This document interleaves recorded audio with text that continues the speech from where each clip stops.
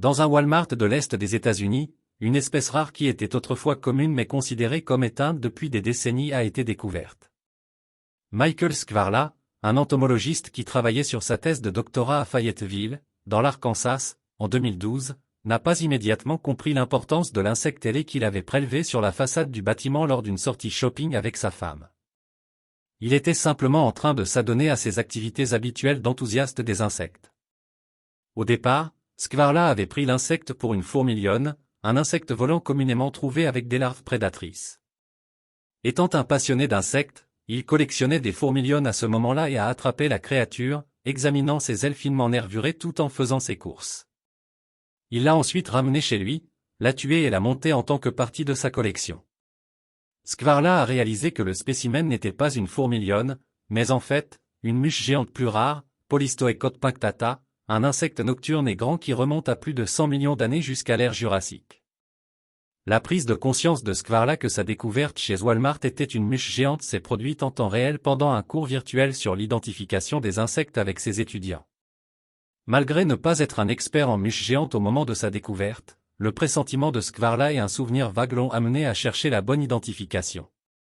Skvarla a trouvé l'expérience exaltante et un témoignage de la puissance de l'attention et de l'observation, déclarant que, tant que vous êtes attentif, vous n'avez pas besoin d'être un expert dans un groupe pour faire une découverte importante.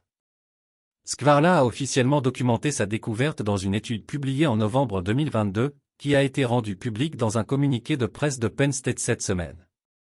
Dans l'article, il a confirmé l'identification du spécimen sur la base de ses caractéristiques physiques et a passé en revue tous les enregistrements précédents de mouches géantes.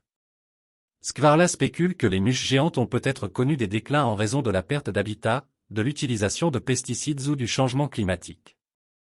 Cependant, sans plus d'informations, il est difficile de dire avec certitude. Skvarla espère que sa découverte encouragera les autres à prêter une plus grande attention aux insectes qui les entourent et à continuer d'explorer les mystères du monde naturel. Cependant, comme le souligne Skvarla, il est difficile de tirer des conclusions à partir d'un seul spécimen. Plus de recherches et d'observations sont nécessaires pour comprendre pleinement l'état actuel et la distribution de l'espèce dans la région. Skvarla croit que le parc où il a trouvé le spécimen est encore non développé, et qu'il y a une chance qu'une population reproductrice de mouches géantes existe encore dans la région.